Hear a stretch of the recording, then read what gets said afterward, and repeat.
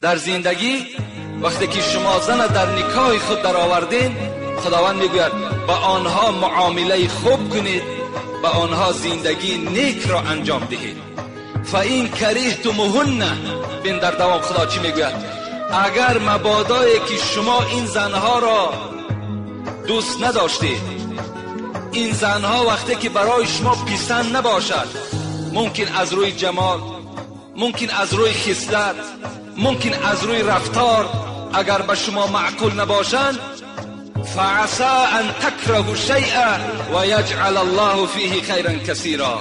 ای بنده من، خدا میگه هوشیار باش، اگرچه همین زن به تو معقول نیست، اگرچه شکل همین به تو معقول نیست، گفتارش به تو معقول نیست، شاید که در آن چیزی که خدا میگوید برای شما پسند نباشد، برای خدای شما پسند باشد.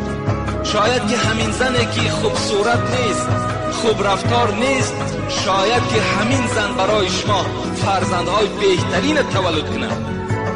شاید که تو اینو طلاق دهی، تو اینو از نزد خود دور کنی، یک زنی زیبا صورت بیاری، یک زنی زیبا رفتار بیاری، لکن ممکن که مثل این خدا میگوید با تو فرزندهای خوب تولد نکنه.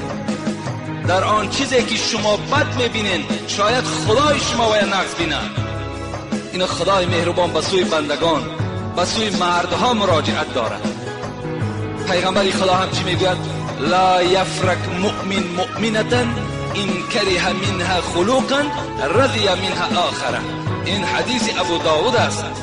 پیغمبر خدا گفتند ای مردها، وقتی که از زنها شما اگر گفتاری ناخوب میشنوید، یا در معامله زندگیتون جنجال میکنید، یا اینکه یگان دشنام برای تو میدهد، یا اینکه از خانه قهر کرده میرود، لا یفرک، پیغمبر گفتند تو غمگین نشو، تو خشمگین نشو، در طلاق کردن شتاب نکن، رضی منها آخر، شاید که فعل دیگری زن تو را راضی کنه.